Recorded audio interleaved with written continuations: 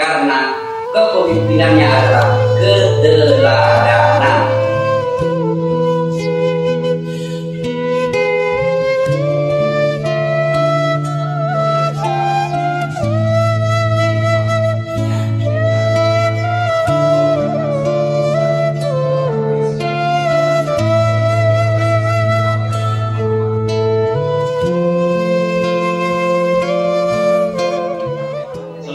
Pimpinan Polri di masa mendatang. Sangat senang rasanya kami dapat bertatap muka langsung dengan Ustadz yang sudah banyak memberikan pesan moral kepada kami masyarakat, kemudian para pemimpin kami, pemerintahan, institusi Polri, dan yang senantiasa berdakwah di dunia maya secara virtual. Mohon izin menyampaikan kepada Ustadz bahwa kondisi kami pada saat ini sedang melaksanakan pendidikan di Lembaga Sesbidmen Polri, Lendikpol, dan di tahap 1 ini sementara kami melaksanakan kegiatan pembelajaran jarak jauh. Adapun di hadapan Ustadz yang sekarang berkenan hadir di kediaman adalah Sertik Reza Fahlevi dan Sertik Andi Isa.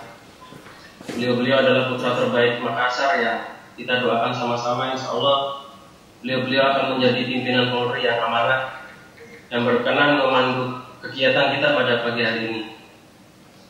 Demikian Ustadz, saya rasa rekan-rekan kami yang sudah online dari wilayah barat sampai dengan timur Indonesia sudah tidak sabar ingin mendengarkan nasihat-nasihat penting dari Ustadz. Oleh karena itu, waktu dan kesempatan kami berikan kepada Sertik Reza dan Sertik Andi Ihsan untuk memandu kami semua. Rekan-rekan Sertik Sesbidmen 60 yang hari ini sudah berkumpul dalam rangka untuk melakukan tausiah dari Ustadz di kita karena kita tunggu-tunggu selama ini. Saudara-saudara Sertik, alhamdulillah dia meluangkan waktunya buat kita semua untuk memberikan pencerahan kepada kita semua sebagai bekal calon-calon pemimpin masa depan. Assalamualaikum warahmatullahi wabarakatuh. Waalaikumsalam. Asyhadu an la ilaha illallah wa asyhadu anna Muhammadan abduhu wa rasuluh. Allahumma shalli ala sayyidina Muhammad wa ala alihi wa sahbihi ajma'in. Amma ba'd.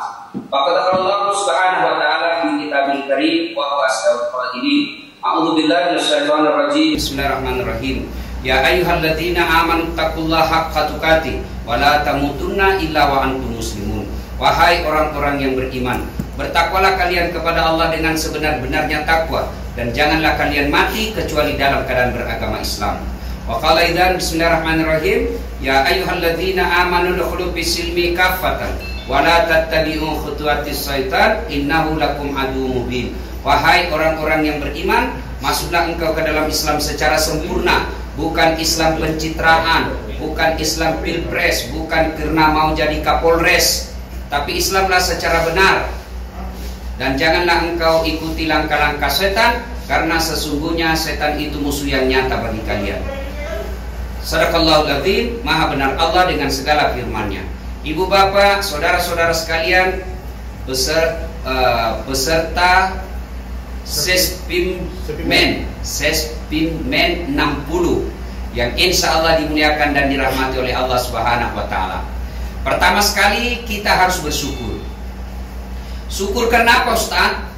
Ribuan anggota Polri mau masuk Sesbidmen, tapi hanya bapak-bapak yang dipilih oleh Allah. Orang mau main duit, banyak mau main duit tidak lolos. Orang ada mau main dekeng, ya, kerabat banyak tidak bisa.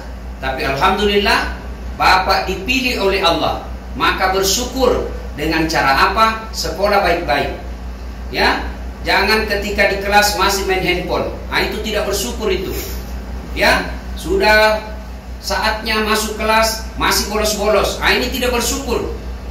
Ya, maka bersyukur karena Bapak dipilih oleh institusi dan tentu dengan ridha Allah Bapak menjadi peserta dalam Sesbidmen ini. Kedua, kenapa kita bersyukur Ustaz? Karena banyak rezeki yang Allah Bapak kasih. Ya, banyak rezeki yang Allah kasih. Rezeki apa Ustaz? Ini aja mobil susah dibeli. Nah, kita merasa miskin karena selalu berpikir rezeki itu hanya duit. Ini Pak siapa saya mau tanya dulu ini yang tadi menjadi moderator. Ya, Pak moderator, mau nggak saya kasih handphone yang harga 40 juta dengan pulsa 5 juta, jadi harga 45 juta. Mau Pak? Ya, mau Ustaz. Mau. Ah, tapi begitu saya kasih Bapak langsung tuli. Siap, tidak mau. Ah, berarti bos, yang mahal itu bukan handphone. Yang mahal itu adalah telinga. Allah kasih gratis. Dan hebatnya lagi Bapak punya telinga, dia bisa bedakan mana bunyi knalpot, mana bunyi handphone tanpa kursus. Nah, itu kita bersyukur. Hebatnya lagi di telinga, Allah kasih tempat yang sangat proporsional. Bagaimana seandainya telinga kita satu di sebelah kanan, satu di bawah ketek? Bagaimana kita menerima teleponnya komandan? Halo, siap komandan. Dari mana? 86. Repot. Maka kita bersyukur. Allah kasih kita ini kekayaan namanya fi ahsani takwim. Ini badan kita yang sangat sempurna, maka kita bersyukur. Nah, inilah sehingga kita selalu bersyukur. Cuma kita ini selalu berkata harus bersyukur, tapi tidak tahu aplikasinya. Bagaimana cara bersyukurnya? Pertama, memperbanyak kalimat hamdalah. Alhamdulillahirabbil alamin. Lulus, alhamdulillahirabbil alamin. Nah, kita bersyukur. Yang kedua, bersyukur dengan cara apa? Memperbanyak sujud syukur. Sujud syukur seperti ketika kita sholat. Di mana sujudnya Ustaz? Di mana saja. Boleh di ruang kerja kita, boleh di lapangan, ya. Misalnya gini, sebentar selesai, wih, alhamdulillah kita peserta didik nomor 1. Saya tidak tahu apalah istilahnya itu kalau orang sekolah pimpinan polisi disekolahkan dan dia menjadi yang terbaik. Nah, itu ada istilahnya itu, saya lupa. Adi Makayasa apa ya, pokoknya Bapak lebih tahu lah dari saya. Itu maka kita bersyukur, sujud syukur. Yang ketiga cara bersyukurnya, nah Bapak gunakan nanti jabatan dengan sebaik-baiknya. Ini yang kita mau bahas. Ya, dalam kitab Durratun Nasihin dijelaskan Rasulullah pernah menceritakan bahwa di padang mahsyar itu Pak, padang yang matahari kata Nabi seolah-olah panasnya tinggal 1 jengkal dari kepala. Bayangkan, tinggal 1 jengkal dari kepala, dan di situ semua orang dikumpul. Dan pada saat itu kata Nabi, wajah kita tidak seperti sekarang, berubah sesuai dengan amal kita waktu hidup. Kata Nabi, ada nanti yang mukanya seperti ular. Siapa muka ular? Kata Nabi, mereka yang suka cari-cari muka. Ini banyak ini anggota suka cari-cari muka. Siap komandan, biar salah, siap salah. Ini ya. Nanti orang-orang seperti ini suka cari-cari muka. Ini nanti mukanya seperti ular. Tapi beda dengan beda cari muka dengan loyal. Ya, Bapak kalau jadi pimpinan nanti jangan loyal terhadap pribadi, tapi loyal terhadap institusi. Itu Pak. Ya, saya ulang. Jangan loyal terhadap pribadi, tapi Bapak loyal terhadap institusi. Kalau Bapak mau loyal terhadap pribadi, menjadilah tim sukses. Tapi kalau Bapak memilih jalan hidup sebagai anggota Polri, maka Bapak harus loyal kepada institusi, undang-undang. Ya, nih kan. Yang kedua kata Nabi, ada lagi yang mukanya nanti seperti tikus. Siapa muka tikus? Nah, coba lihat sifat tikus waktu kita masih kuliah Pak, kos-kosan. Ya, sudah simpan baik-baik makanan dicuri sama tikus. Siapa mereka? Koruptor. Nah, ini koruptor nanti mukanya seperti tikus. Ada lagi nanti kata Nabi yang mukanya seperti anjing. Siapa muka anjing? Kata Nabi, mereka yang disogok dan menyogok. Ya, misalnya mohon maaf ya, tidak ada di sini, ya. Masuk anggota polisi nyogok sampai bayar 700 juta, sampai bayar 1 miliar. Maka nanti mukanya seperti anjing. Nauzubillah misalnya. Dan seterusnya. Dan pada saat itu, pada saat kita gelisah, Nabi menjelaskan Allah menyediakan ruang VVIP. Jadi Bapak ini calon-calon penghuni. Apakah Kapolseknya, Kapolresnya, Kapoldanya, Kapolrinya, Allah sudah sediakan. Tinggal Bapak masuk. Bagaimana untuk masuk dalam kategori ini, masuk ruangan ini? Jadilah pemimpin yang adil. Nah, pemimpin yang adil ini gampang disebutkan. Ketika Bapak sekolah seperti ini, otak kita sangat ideal. Kita berbicara semua normatif. Ketika kita masih sekolah, teorinya baik-baik, dikasih teori begini. Tapi begitu sampai di lapangan, ini yang agak berat. Begitu dia sudah jadi Kapolres, agak berat.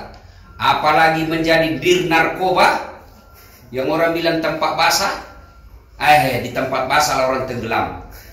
Maka hati-hati. Maka setan akan masuk di situ.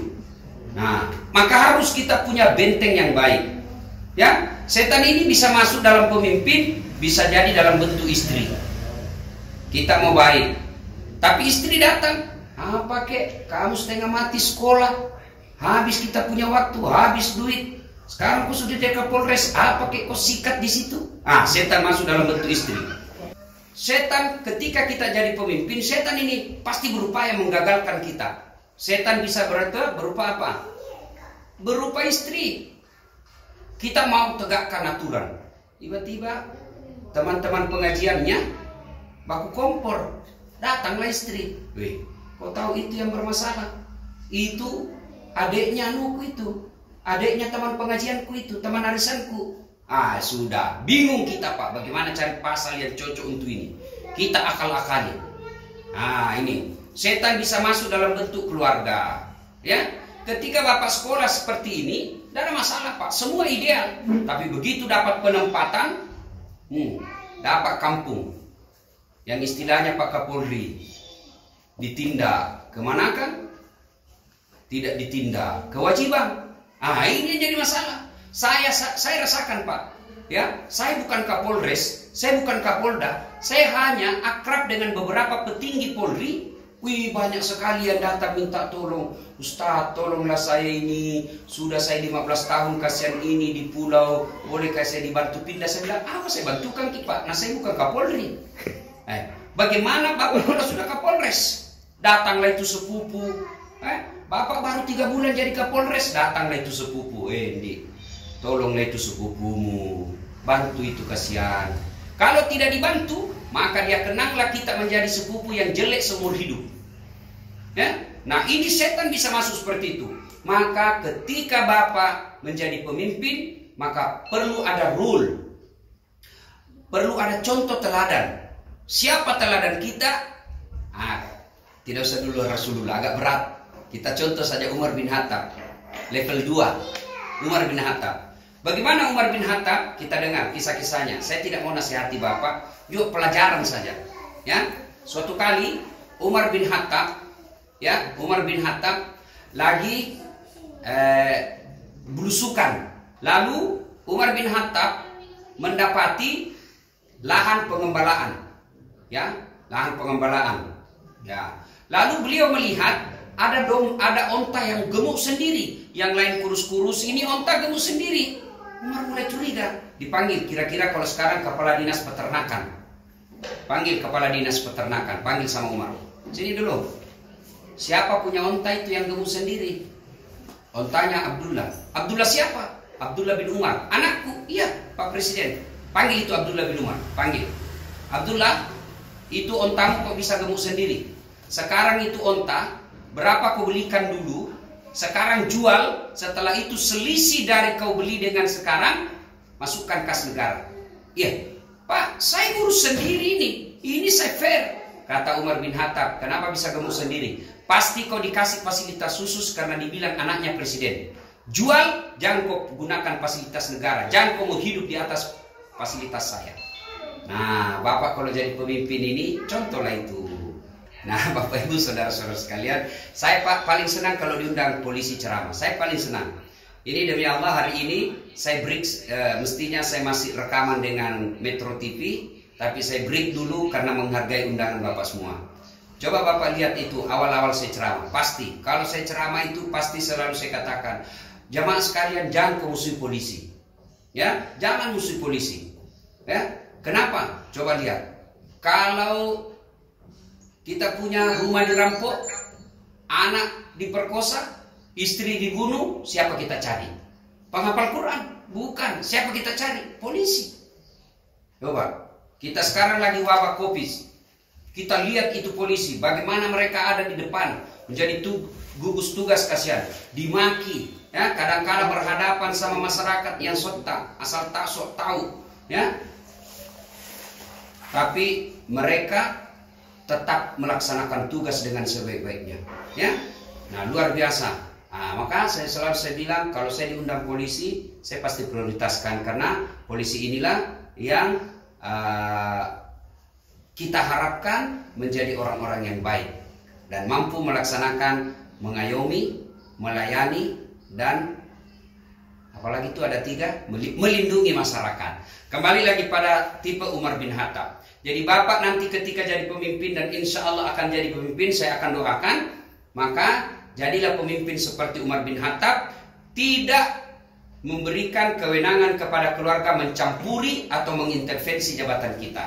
Maka saya senang sekali ketika Kapolri dilantik, ketika fit and proper test di DPR RI, beliau katakan istri cukup ngurus dapur, tidak mengurusi jabatan suami. Dan itu semestinya ketika Bapak mau dilantik, ajak istri baik-baik. Bu, kalau kau mau melihat saya mencapai bintang, kalau kau mau melihat saya menjadi Kapolda, bahkan insya Allah menjadi Wakapolda atau menjadi Kapolri, tolong jaga sikapmu, jangan intervensi terhadap jabatan saya.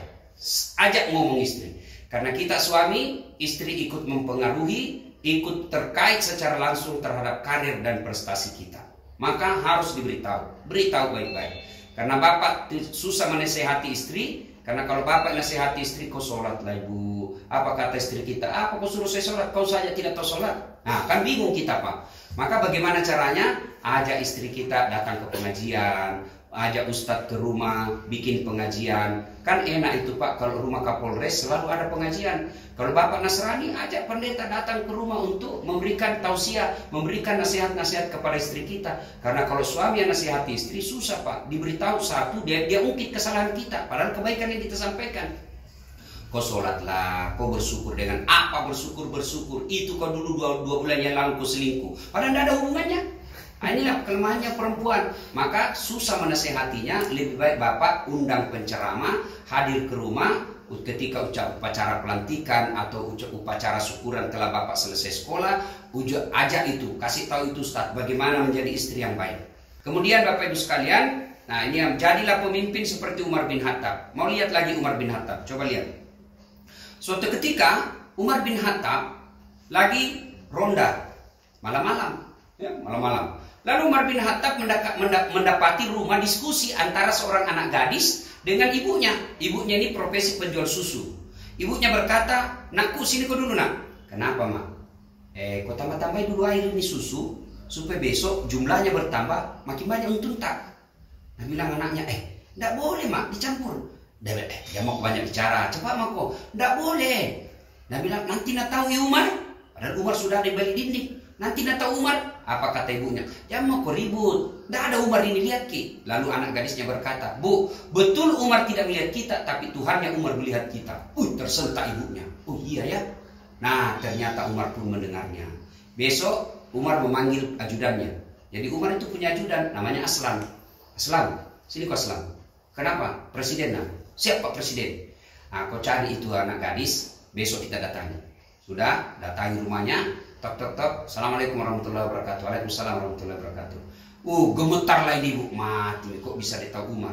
"Bu, saya datang mau melamarkan anakku untuk anak gadismu." "Nah, siapa anak gadismu?" "Bagaimana? Kau siap menerima?" Saya tanya dulu." Ditanya anak gadisnya, "Siap Pak." Diterima. Dinikahkanlah. Lalu menikahlah anaknya Umar dengan perempuan ini. Lalu lahirlah cucunya Umar bin Khattab yang kita kenal kepemimpinan yang sangat luar biasa, yaitu Umar bin Abdul Aziz. Cucunya Umar bin Khattab. Luar biasa. Kenapa? Karena orang tuanya terpelihara dari makanan dan minuman yang haram.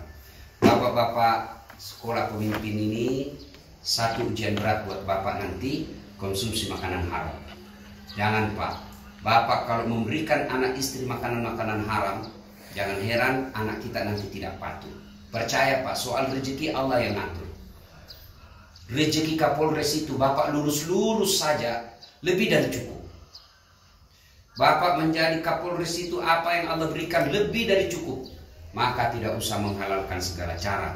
Karena kalau kita terlalu sering mengkonsumsi barang-barang haram, satu resikonya Pak. Ya, kata Nabi, siapa yang memasukkan barang haram ke dalam perutnya, Allah tidak mencatat amal kebaikannya selama 40 hari 40 malam. Jadi kalau kita mati dalam interval waktu itu, tidak ada yang jamin kita mati dalam keadaan Islam. Nauzubillah. Nah, berikutnya karena waktu yang terbatas, Pak, dalam hidup seorang polisi pasti banyak masalah. Percaya itu, Pak. Tidak ada hidup yang tidak ada masalah. Kita kira ini Ustaz Dasa tidak ada masalah. Wah, banyak sekali masalah itu, Pak. Ditipu sama jamaah. Nanti Ustaz selesai ceramah, itu semua pulang, tidak muncul angkat kita ke bandara, mati kita terpaksa naik kereta lagi ke bandara. Di WhatsApp, dia bilang saja, mohon maaf lebih dari kurangnya Ustaz, terima kasih atas kedatangannya. Kita ditipu. Berapa jam perjalanan ke lokasi? Paling 2 jam Ustaz, paling lama. Ternyata perjalanan sudah 2 jam tidak sampai-sampai. 3 jam belum sampai. Saya bilang, Pak, berapa jam sebenarnya? Dia bilang 9 jam sebenarnya. Kenapa punya 2 jam? Karena kalau sebenarnya 9 jam Pak Ustaz pasti tidak mau datang. Coba. Banyak masalah. Apalagi seorang polisi, pasti banyak masalah. Coba lihat, Pak. Ya, saya ajak kita mengingat kembali. Bapak sebelum jadi polisi, apa masalahnya? Mau lulus. Ya kan? Sudah lulus, apa masalahnya? Muncul masalah baru, penempatan. Potong dapat yang basah, dapat bulu terpencil, stres. Jauh kan? Oke. Iya toh? Sudah dapat penempatan yang bagus. Apa selesai masalahnya? Muncul masalah baru lagi. Apa? Mau sekolah. Toh? Bapak sekarang sudah sekolah. Sudah selesai sekolah, selesai masalah? Tidak, Pak. Muncul masalah baru lagi. Penempatan lagi. Coba. Sudah itu selesai, komes, selesai masalah? Tidak, Pak. Apa masalah baru? Mau saya jadi bintang. Ayo, sudah dapat bintang sah, terus selesai masalahnya? Tidak. Apa masalahnya? Terancam pensiun. Pak, tidak ada masalahnya dalam hidup ini, Pak. Berarti yang jadi masalah bukan masalah, Pak. Yang jadi masalah adalah bagaimana kita mengatasi masalah. Mengatasi masalah tanpa masalah. Bukan pegadaian. Mengatasi masalah dengan cara apa? Adalah ista'inu bis-sabri was-shalah. Sabar, perbaiki sholatmu, saya yang selesaikan masalahmu. Berarti bapak-bapak sekalian, Pak Polisi yang sangat saya muliakan, saya hormati, 2 rumus ini Pak kalau Bapak mau baik. 1, sabar. Ya, kadang-kala kita jadi anak buah, Pak, kan banyak polisi pada yang curhat sama saya. Resepnya adalah sabar. Sabar saja, Pak. Ya. Nah, yang kedua, perbaiki sholat. Ya, pangkat jabatan ini, Pak, bukan semata-mata manusia tentukan. Ya, Bapak kerja saja sebagai polisi dengan baik. Jadilah polisi yang sebaik-baik polisi, biar Allah yang ngatur jabatannya Bapak. Belajar, coba lihat itu, Pak. Yang ada di Manado, tidak sangka-sangka barangkali ikut di sekolah di sini. Ya, yang pergi membantu pemakaman. Siapa sangka? Tidak pernah daftar, dibuat orang polisi daftar dan lulus. Ini tidak pernah daftar, dapat, alhamdulillah. Dapat langsung bonus sekolah dari Kapolri. Dan itu banyak contoh. Berarti sudah usah. Ya, Bapak tidak usah. Ini seperti Bapak sekolah ini. Saya yakin Bapak akan jadi pemimpin masa depan itu. Ya, kenapa, Pak? Karena memang Bapak jalannya. Jadi Kapolres memang Bapak punya jalan. Jadi Kapolda Bapak punya jalan. Jadi punya bintang Bapak punya jalan. Jadi tidak usah sopok kiri kanan. Ada jalannya, Pak. Yang tidak ada jalannya, saya jadi Kapolres. Tidak mungkin. Tapi kalau Bapak pasti ada jalannya. Maka Bapak jadi polisi saja yang sebaik-baiknya. Ya. Kemudian menjadi polisi yang baik itu perbaiki sholat. Ya, karena sholat ini inna sholata tanha anil fahsya'i wal munkar. Sholat itu mencegah kita dari perbuatan keji dan munkar. Saya kira cukup, tidak usah terlalu banyak saya menasihati Bapak. Saya tidak menasihati, tapi menyampaikan apa yang Bapak pernah tahu dan sudah lupa karena kesibukan pekerjaan, maka diingatkan kembali, refresh lagi. Nah, untuk waktu yang berikutnya, mungkin ada yang ingin ditanyakan, silakan dengan senang hati. Ada yang mau bertanya, silakan Pak. Ya. Silakan Pak Asep, yang sudah mendaftar mungkin silakan. Silakan kalau ada yang mau bertanya. Mohon izin Pak Ustadz, ada tiga penanya, silakan. Serdik Doni, Serdik Warsono, Serdik Danang, Serdik Aditya, silakan. Serdik peserta pendidikan. Dulu pas Assalamualaikum warahmatullahi wabarakatuh. Waalaikumsalam warahmatullahi wabarakatuh. Izin saya Serdik Doni Sumarsono, Pak Ustadz. Beberapa waktu belakangan ini saya sedikit gelisah dengan adanya ungkapan Pertama, percuma pangkatmu setinggi langit, jabatan dan karirmu seterang bulan purnama, bila anak dan istrimu tidak selamat di akhirat. Yang kedua, jangan bersedih dan khawatir bila anakmu tidak mendapatkan ranking pertama di sekolah. Namun, bukalah bila anakmu tersebut tidak berada dalam saf sholat berjamaah di masjid. Pertanyaan saya Bapak Ustaz, yang pertama, bagaimana penjelasan ungkapan tersebut dalam perspektif ajaran Islam? Yang kedua, apa yang bisa kita turut lakukan agar anak gemar dan melek dalam membaca Al-Quran? Jadi begini, ungkapan itu Pak sangat benar kalau Bapak mengejar karir sampai pangkat bintang, bercahaya seperti matahari, kemudian seperti bulan, tapi Bapak tidak mendidik anak. Itu betul. Ya, tidak ada gunanya di pangkat sama kita dapat kalau kita tidak didik anak. Sebab besok-besok Bapak pensiun, pangkat ini dilekatkan Pak. Ya, begitu Bapak pensiun, siapa yang akan mendoakan Bapak? Siapa yang mengurus Bapak? Apalagi kalau sudah masuk apa itu? Masuk kubur, pangkat tidak lagi dipakai. Jangankan kita mati Pak, masih hidup Bapak sudah pensiun, pakai lagi pangkatnya Bapak. Dibilang itu orang gila. Sudah gila polisi kasih setelah pensiun. Maka begitu kejar karir, kejar Bapak sebagai polisi, maka jangan lupa didik anak. Kita sudah didik anak dengan sebaik-baiknya Ustaz, tetap dia sesat. Memang hidayah bukan dari Ustaz, hidayah bukan dari Pak Doni, hidayah itu datang dari Allah. Maka kita hanya wajib mendidik, tidak wajib berhasil. Ya, jangankan anak polisi yang jarang kasihan di rumah. Polisi ini kan jarang super, jarang di rumah suka pergi. Tapi bukan Jin Samsu, janji manis nyatanya palsu. Itu politisi. Ya, beda-beda tipis. Nah, maka anak Nabi saja, Nabi Pak, Nabi tidak dapat hidayah anaknya kafir. Maka kewajiban kita mendidik, dengar baik-baik. Bagaimana cara mendidik anak Ustaz? Satu, kasih nama yang baik. Lahir anaknya Bapak, kasih nama yang baik. Nama yang baik, nama siapa? Nama-nama orang yang dicatat dalam sejarah Islam, orang-orang yang baik. Nggak usah nama-nama selebritis. Kalau selebritis biasanya kalau Ramadan menangis-nangis dia ada tobat-tobat Pak di infotainment. Begitu selesai lebaran 2 bulan lanjang lagi di depan umum. Nggak usah jamak itu Pak. Saya mau jadi kasih nama anak saya Lionel Messi supaya dia jago menjadi seperti main bola Lionel. Bagaimana caranya? Messi saya masih hidup sampai sekarang. Ya, lebih baik kasih nama saya kasih kau nama Hamzah. Paman Nabi membela Nabi sampai akhir hidupnya. Saya mau menjadi seperti itu. Nah, saya kasih kau nama Google. Siapa yang Google? Inilah Kapolri Indonesia yang gaya hidupnya sangat sederhana. Saya mau nanti jadi polisi, tinggi pangkat, tapi gaya hidupnya sederhana. Ya kan jadi motivasi. Ya, yang kasih nama-nama yang tidak jelas apa arti dan maknanya. Yang kedua, kewajiban orang tua memberi makan. Nah, Bapak kalau dapat bonus-bonus tidak jelas, ya, sudahlah, jangan bawa pulang. Lebih terakhir teman. Ciri-ciri korupsi wajar tidak jelas Pak. Kalau ada temannya Bapak di sini pendidikan, selama 6 bulan pendidikan tidak pernah dia traktir kita. Tiba-tiba nanti kampung dia traktir kita satu kelas. Hati-hati Pak, barangkali kalau tidak jelas itu dia cari teman nanti dia. Ya, ciri-ciri orang itu Pak. Jadi kalau dapat Bapak bonus yang tidak jelas sumbernya, anggaplah saya kasar katakan, anggaplah itu uang haram, sudah jangan kasih makan anak istri Pak. Ya, lebih baik Bapak belikan di situ cincin, lebih baik Bapak belikan sepatu, injak-injak itu uang haram Pak. Jangan kasih makan uang anak haram.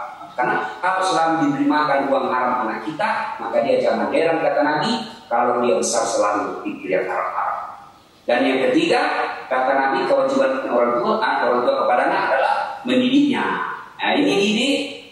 Silakan baca psikologi pendidikan, silakan baca buku riset bagaimana anak sukses dididik. Tapi keliru kalau Bapak tidak membuka Al-Quran. Metode mendidik Al-Quran itu ada di dalam surah Luqman. Bagaimana surah Luqman mendidik? Ya bunayya la tusyrik billah. Anakku, jangan kamu serikatkan Allah. Jadi disuruh anak istri kita dari kecil, anak kita ketika TPA nyanyi.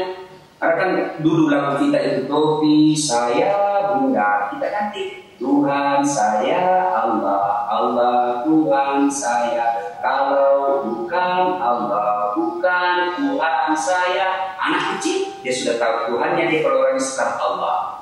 Ada lagi? Assalamualaikum Pak Ustaz. Waalaikumsalam warahmatullahi wabarakatuh. Alhamdulillahirrahmanirrahim. Wabillahi nasta'in. Alhamdulillahirrahmanirrahim. Amma ba'du. Ya. Terima kasih Pak Ustaz. Tadi atas tausiahnya, yang pertama mengenai mengingatkan kita agar kita selalu bersyukur. Yang kedua terkait kepemimpinan dalam perspektif Islam. Yang saya tanyakan, apa indikasi seorang pemimpin yang menyia-nyiakan amanah dalam konsep Islam? Terima kasih Pak Ustaz. Ya, ketika Umar bin Khattab dilantik menjadi presiden, begitu juga ketika Abu Bakar Siddiq, dia tidak mengucapkan alhamdulillahirabbil alamin, tapi beliau ucapkan inna lillahi wa inna ilaihi raji'un. Ini dia berarti dia menganggap bahwa jabatan ini amanah. Tapi kita umumnya begitu dilantik jadi Kapolres, dilantik jadi Kapolda, syukuran. Berarti memang jabatan dianggap nikmat. Karena nikmat itu kan kita syukuri. Maka mungkin kebiasaan-kebiasaan seperti ini, bagaimana cara lantik jadi Kapolres? Gimana caranya? Tidak usah bikin undang artis, nyanyi-nyanyi. Tidak usah, tapi kita tenang-tenang saja. Syukurannya apa? Ini ada 15 juta, ayo kita bawa beras tempat kita Tuhan. Mudah-mudahan dengan sedekah kita yang 15 juta ini, Allah melindungi kita dengan jabatan ini. Ciri-ciri pejabat yang tidak amanah. Satu, ayatul munafiqin as-salas.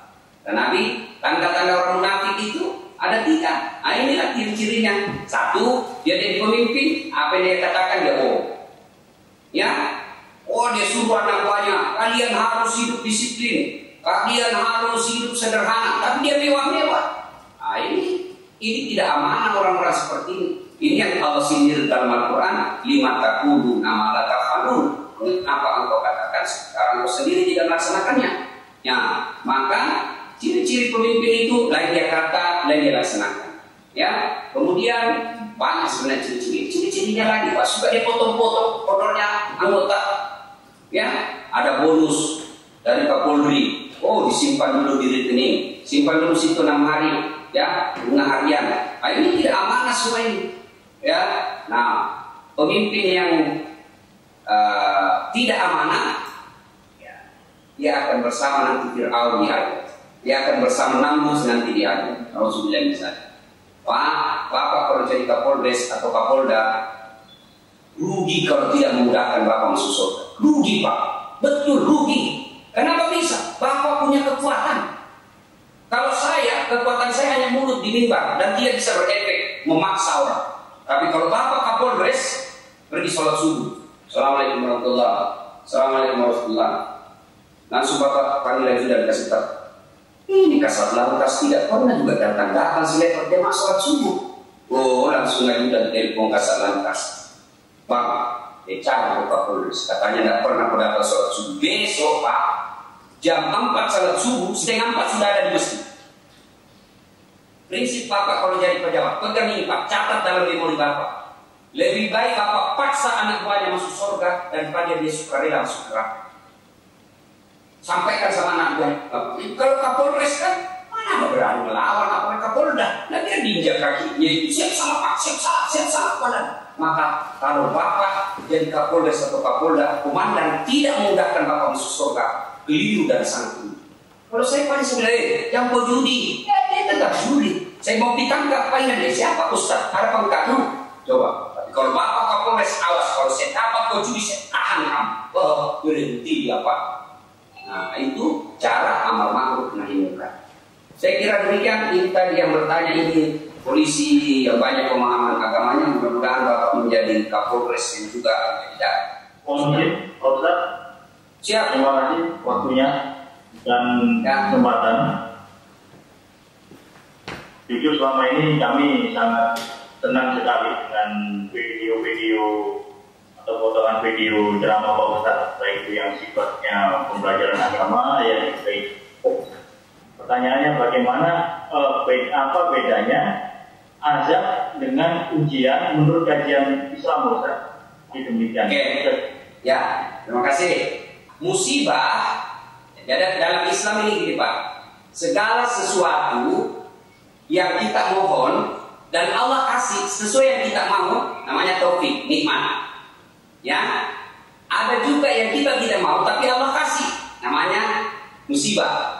Tidak ada orang Pak mau terbakar, tidak ada orang mau seperti kena ini ada wabah COVID-19, tapi Allah kasih, namanya musibah. Nah, musibah itu sama kejadiannya tapi tiga sifatnya. Ya, musibah sama sifatnya, gempa bumi, ya, dalam satu kampung kena gempa bumi, sama sifat gempanya. Tapi di sisi Allah ada tiga sifatnya. Apa itu? Yang pertama, seperti yang Bapak katakan tadi, dia adalah ujian, cobaan. Siapa yang diuji? Mereka yang taat beribadah, taat kepada Allah, baik hubungannya sama manusia. Tapi kena juga musibah, kena musibah, misalnya kena wabah COVID-19, maka dia diuji. Namanya ujian, pasti berat. Bapak kan kalau mau naik jadi Kapolres kan harus sekolah seperti ini, berat kan Pak? 7 bulan Pak, ya, tidur terbatas, kemudian jauh dari keluarga. Kenapa? Karena Bapak mau naik pangkat. Maka orang beriman kalau dia kena musibah itu diuji. Tujuannya apa? Maka memakmudah, mau diangkat derajat. Dan hanya orang beriman itu diuji. Kalau sekolah, hanya orang sekolah yang ujian. Masa orang nggak pernah SD, nggak pernah SMA, tiba-tiba ujian skripsi? Nggak mungkin toh.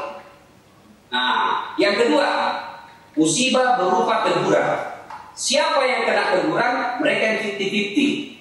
Dia yang rajin sedekah, dia juga yang rajin terima surga. Ya, dia yang rajin berjamaah, tapi dia juga yang rajin selingkuh. Nah, ditegur, sadar kok komandan, kembali ke jalan yang lurus. Maka Allah tegur. Apa tegurannya? Tiba-tiba dimutasi, nonjok. Ditegur ini orang. Tegur. Ya, yang ketiga berupa hukuman. Siapa yang dihukum? Mereka yang lupa dengan Allah, banyak melakukan dosa, tidak taat dalam ibadah. Mereka dihukum panjar. Kasih hukuman panjar di dunia, nanti pembayaran pelunasannya di akhirat. Nah, satu musibah, tiga sifat. Apakah dia ujian? Apakah dia teguran? Apakah dia hukuman? Siapa yang mengetahui? Hanya Allah dan yang bersangkutan. Maka ketika Bapak kena bala, kena musibah, Bapak yang tahu apa sifatnya ini ujian, apa teguran, apa hukuman. Kan Bapak yang tahu. Wallahu a'lam bishawab. Salah satu yang akan saya tanyakan di sini adalah bagaimana mendidik anak. Dalam hal ini anak ini belum balik, belum punya kewajiban untuk sholat, belum akil balik. Gimana kita akan mengajarkan sholat berjamaah. Nah, kendala yang sering kita alami adalah bagaimana anak ini untuk mensegerakan sholat, karena ini merupakan suatu kewajiban buat kita. Pilihannya kira-kira nanti apa ini? Apakah kita menunggu anak ini untuk ikut sholat berjamaah dengan kita, atau kita tinggalkan anak ini untuk sholat, untuk mensegerakan sholat itu? Kalau konsep Rasulullah Pak soal sholat, kata Nabi 7 tahun ajari anak sholat, 7 tahun, 10 tahun pukul kalau mereka masih tidak sholat.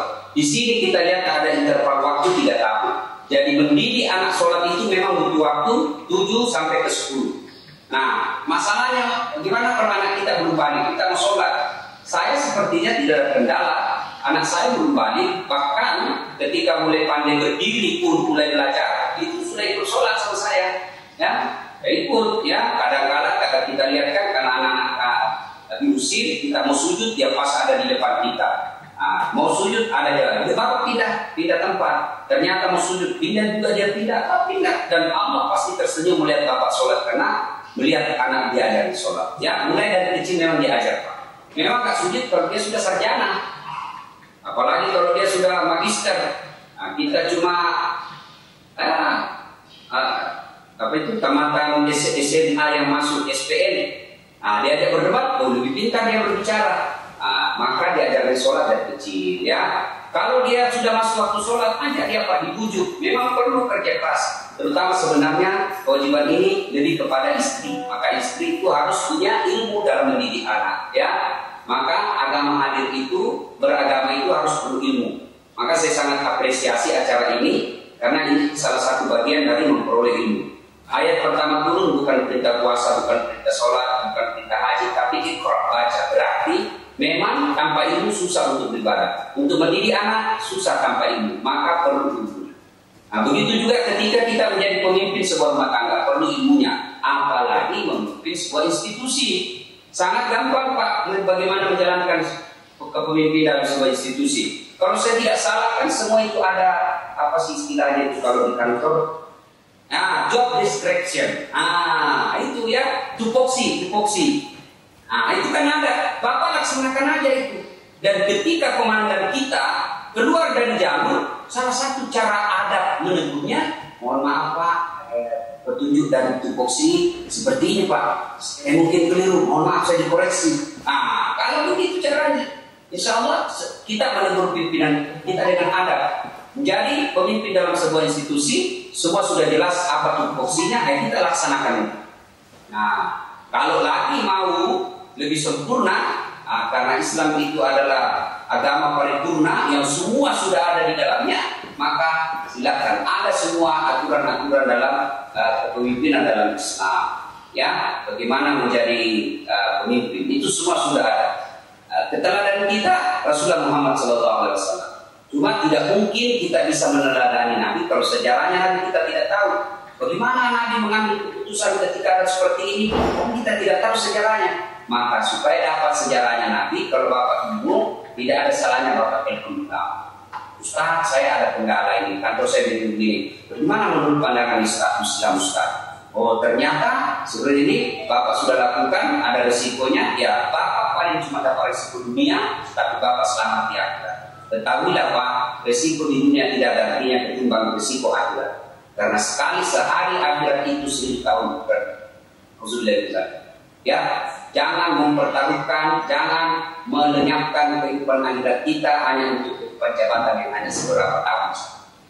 Sekiranya Wallahu a'lam bishawab. Satu lagi ini ada dari kebetulan dosen kami Bapak Paulus Winarto. Beliau selama ini mengajar kami pemimpinan, mohon diberikan kesempatan sekali. Ada Pak Paulus di sini. Assalamualaikum warahmatullahi wabarakatuh. Selamat menjalankan ibadah puasa ya. Iya Pak Paulus, terima kasih. Pak Paulus rupanya hadir juga. Iya, saya sering mantau Ustaz. Sapu mama dari Makassar, Jalan Sangir. Iya ini Ustaz. Betul, ada keluarga saya juga di Jalan Sangir. Kayaknya kalau apa itu pasar-pasar orang di sini bilang pasar Cina. Ya. Pak Ustaz, saya 10 tahun di SESPIM itu menjadi dosen kepemimpinan sekaligus menjadi kakak asuh. Jadi memang tugas berat. Jadi saya bersyukur, alhamdulillah ini Pak Ustaz juga banyak sekali membantu karena memang tantangannya tidak mudah. Ada satu hal yang juga menyentuh ketika dikatakan bahwa orang beruntung adalah orang yang menjadi lebih baik dari hari kemarin, orang yang rugi tetap sama dan yang celaka itu lebih buruk dari hari kemarin. Makanya saya mau terus belajar. Kebetulan salah satu konsep yang saya dorong untuk masuk Polri dan itu sudah ada mini e-booknya, nanti saya WA juga Pak Ustaz berkenan untuk lihat, adalah servant leadership, kepemimpinan yang melayani. Karena saya tahu juga waktu di pesantren Nabi Muhammad sebelum berpulang itu kalimat terakhir yang diucapkan adalah umati. Jadi dia tidak memikirkan diri sendiri, tetapi dia mendahulukan orang lain, ya. Dan itu saya pikir sesuatu yang sangat universal. Jadi ketika teman-teman bertanya kepemimpinan fungsinya untuk apa, saya selalu menjawab fungsinya cuma satu. Jadi saya mohon izin Pak Ustaz Dasar jika berkenan, karena ini ada konsep besar yang mau saya dorong masuk ke Polri, sudah mulai di SESPIM dan nanti ke STK, yaitu tentang servant leadership. Dan saya percaya ini konsep abadi karena nabi-nabi besar dan guru-guru spiritual besar semua mempraktekkan ini. Ada satu wangsit ya Pak Ustaz yang saya dapat, dan saya percaya ini bukan dari saya, ini dari Allah, bukan karena kepintaran saya. Saya hanya ingin nanti Ustaz saya minta saran petunjuk. Saya ingin mempelajari dalam kehidupan Nabi besar Muhammad itu pada titik-titik mana saja itu ada ayat-ayat mana yang ditujukan tentang servant leadership selain umati itu. Tentu ada sangat banyak. Saya tahu persis juga, tapi tidak, tentu pengetahuan saya tentang IFA tidak begitu dalam. Saya ingin belajar. Kebetulan kalau Ustaz banyak baca buku, saya adalah murid dari John C. Maxwell. Ya. Dia itu guru kepemimpinan nomor 1 dunia, penulis 130 buku kepemimpinan dan terpakai di mana-mana. Dan beliau selalu mengatakan, kita itu jangan sombong, kita harus menghargai setiap orang sebagai sesama manusia. Hablum minanas ya Pak Ustaz. Katanya begitu Pak Ustaz, mohon izin ya. Doa saya selalu sehat, bahagia dan terus bersemangat dalam menjalankan tugas takwa, menjadikan dunia ini sebagai semakin baik rahmatan lil alamin. Terima kasih Pak Ustaz, selamat menjalankan ibadah puasa. Wassalamualaikum. Terima kasih Pak Paulus, luar biasa. Ya, institusi Polri tidak salah memilih Pak Paulus menjadi dosen di Sekolah Pimpinan Polisi. Meskipun makasih, tapi Bapak ini punya murid yang insya Allah akan menjadi pemimpin. Kalau ilmu-ilmu yang Bapak berikan kepada murid-muridnya, anak didiknya, itu dalam Islam disebut amal jariah, amal yang tidak pernah putus-putusnya. Kalau kita cuma dikasih duit misalnya 10 juta, pulang kampung 1 kali sudah habis sudah. Tapi kalau ilmu yang diberikan oleh Bapak itu, meskipun Bapak sudah jadi arwah, pahalanya tetap mengalir terus. Tidak habis-habis. Itu yang disebut amal jariah. Nah, saya memberikan ilustrasi sederhana. Sebelum lahir Muhammad dilantik menjadi Rasul, di Mekah itu 4 Tuhan. Lata, Manat, Uzza, Hubal, 4 Tuhannya. Perempuan di Mekah dianggap hina. Kalau lahir perempuan langsung dikubur hidup-hidup. Ya, salah satu sahabat Nabi panglima perangnya namanya Khalid bin Walid pernah kubur anak. Kemudian pada saat itu orang Arab paling malas mandi. Kenapa malas mandi? Karena susah air. Ya. Dan orang Arab itu berhubungan badannya bukan sekali sehari, bisa jadi 2-3 kali sehari. Ya. Kemudian pada saat itu Arab khamar itu bukan cuma diminum tapi dimandi. Datang Muhammad, tidak punya tim sukses, tidak punya donatur, bukan keluarga bangsawan. Ya, dia punya suku kecil namanya Bani Hashim. Tiba-tiba dengan kemampuan kepemimpinannya, leadershipnya, yang tadinya Tuhan 4 kelihatan, tiba-tiba datang mengatakan Qul huwallahu ahad. 1 Tuhan dan tidak nampak pula. Berhasil. Sekarang yang tadinya Mekah penyembah berhala, Arab Saudi tidak ada lagi penyembah berhala dan ajarannya mencakup seluruh dunia. Padahal dia tidak punya tim sukses. Luar biasa. Perempuan yang tadinya dihina, datang Nabi dan ketika mengatakan wanita adalah tiang negara, hancur wanita, hancur negara, tegak wanita, tegak negara. Dan sekarang dimuliakan perempuan tanpa tim sukses. Banyak lagi. Apa kira-kira rahasianya? Pantas ketika penulis bule menempatkan 100 tokoh dunia, 1 diantaranya dan nomor 1 lagi dia Muhammad Sallallahu Alaihi Wasallam. Nah, apa rahasianya? Karena kepemimpinannya adalah keteladanan, bukan memimpin dengan ucapan, tapi memimpin dengan perlakuan. Sebelum beliau mengajarkan hidup sederhana, beliau dah lebih dulu mengamalkannya. Sebelum beliau mengajarkan tentang sedekah, beliau dah lebih dulu yang bersedekah. Sehingga tidak pernah Nabi melewati 1 malam ada uang di rumahnya. Coba yang bukan. Kalau mau menjadi pemimpin yang sukses, jadilah teladan. Makanya ayat Al-Quran satu mengabadikan tentang keteladanan Nabi. Laqad kana lakum fi Rasulillahi uswatun hasanah.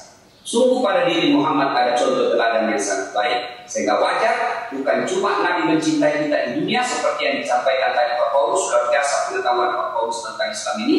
Bisa jadi banyak orang Islam yang dikalahnya. Ya, beliau ketika sakaratul maut tidak mengatakan mana istriku, mana anakku, mana cucuku, tidak. Tapi beliau ucapkan ummati. Dan saya yakin tidak ada pemimpin seperti itu. Ya, begitu nanti di hari akhirat, hari kebangkitan, orang pertama sekali dibangkitkan Muhammad SAW. Begitu beliau bangkit seperti orang baru bangun dari tidur, dia gosok matanya. Siapa kira-kira dicari? Apa dia cari bapaknya? Mana bapaknya yang tidak pernah saya lihat? Mana juga yang cuma 2 tahun sama saya? Tidak. Beliau mencari. Ya Jibril, hari apa ini? Hari kebangkitan Muhammad. Kalau ini hari kebangkitan, aina umat? Mana umat? Subhanallah. pemimpin. Maka sampai detik ini kita mencintai Rasulullah karena keteladanan.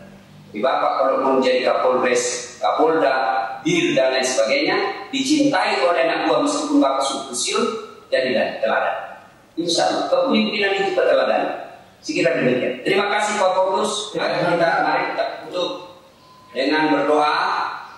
Dengan setulus hati saya berdoa kepada Bapak peserta didik ini, mudah-mudahan karir Bapak di polisi terang benderang. Dan Allah berikan kesanggupan menjadi pengayom, pelindung dan pelayan masyarakat. Kalau Bapak mengamalkan ini, insya Allah kita akan ketemu di jalan surga dan minum bersama Rasulullah di telaga Al-Kautsar. Amin. Kita awali dan menunjukkan suratul Fatihah. Kepada Rasulullah Muhammad SAW, asiat dan pertemanannya kita ikhlaskan untuk orang tua kita masing-masing yang telah mendidik kita, dan saya yakin ada di antara Bapak yang dia jual sawahnya, dia jual warisan dari neneknya untuk menyekolahkan anaknya menjadi polisi. Jadi Pak, jangan kecewakan orang tuanya, jangan mempermalukan orang tua menjadi polisi yang menghalalkan segala cara. Orang tua kita menjual warisannya agar anaknya bisa menjadi mulia di institusi polisi, maka jangan mempermalukan orang tua. Kalau ada yang sudah arwah tidak sempat melihat menjadi anak menjadi Kapolres, tidak sempat melihat anaknya menjadi perwira, orang tua yang sudah di alam kubur, mari kita kirimkan surat Al-Fatihah. Ila hadratin Nabi Mustafa Muhammad sallallahu alaihi wasallam. Al-Fatihah.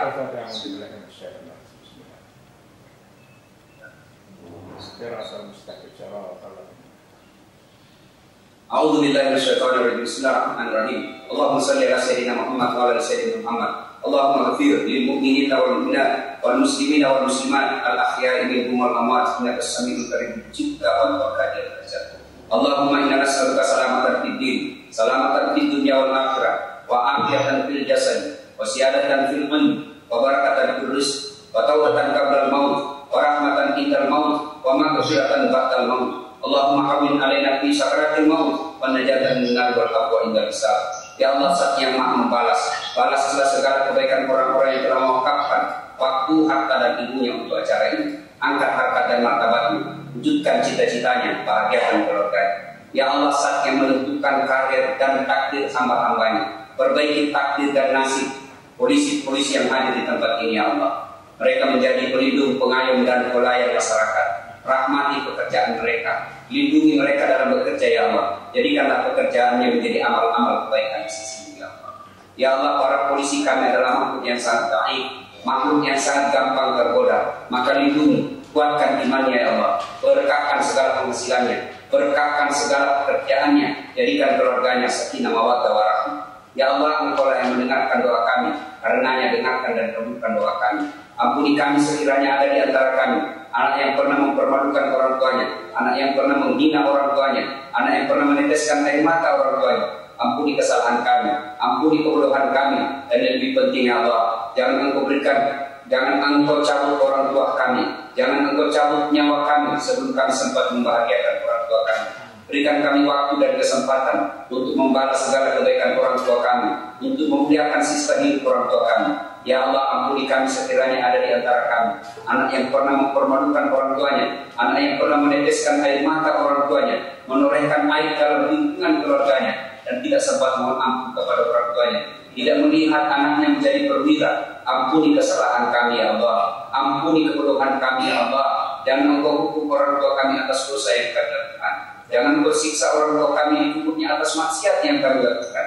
Ampuni sah kami, ya Allah. Ampuni orang tua kami, terima amal ibadahnya, lipat gandakan segala keberkahannya, lapangkan alam kuburnya, dan jadikan kuburnya jadi taman-taman surga. Kami hanya bisa berdoa dan memohon, karenanya dengarkan dan kabulkan doa kami. Rabbana la tuzigh qulubana ba'da idh hadaytana wa hab lana min ladunka innaka antal wahhab. Rabbana atina fid dunya hasanah wa fil akhirati hasanah wa qina adzabannar. Subhana rabbika rabbil izzati amma yasifun, wa salamun alal mursalin walhamdulillahi rabbil alamin. Terima kasih semua. Selamat menjalankan ibadah puasa. Lebih dan kurangnya mau dimaafkan. Nun wal kalam yang surun billahi fisabilil haq. Assalamualaikum warahmatullahi wabarakatuh. Waalaikumsalam warahmatullahi wabarakatuh. Silakan Pak Wasnat. Terima kasih Pak Ustaz. Kami selaku atas nama Serdik Seswimen Angkatan 60 mengucapkan terima kasih kepada Pak Ustadz Nasar Latif bahwa pengajian tausiah ini bukan hanya diikuti oleh seluruh syaktik, baik dosen dan semua keluarga putra kami juga mengikuti tausiah dari Bapak. Semoga apa yang menjadi pembelajaran pengajian hari ini bisa menjadikan kita pedoman bagi SSB 60 untuk penugasan di wilayah nanti dan bisa menjadi pemimpin yang bisa menjadi tauladan bagi anak buah ataupun anggota Polri secara keseluruhan. Ya. Terima kasih Pak Ustadz, semoga Pak Ustadz. Ya, terima kasih Bapak. Terima kasih Bapak. Nanti semua peserta kalau ada yang sudah jadi jenderal jangan lupakan saya Pak ya. Semoga Pak Ustadz selalu sehat dan terus menyebarkan kebaikan dan tauladan Rasulullah pada seluruh persada seperti ini. Amin. Terima kasih Pak Ustadz. Terima kasih. Assalamualaikum warahmatullahi wabarakatuh. من أنا لولاكم كيفما حبكم كيفما أهواكم من أنا من أنا من أنا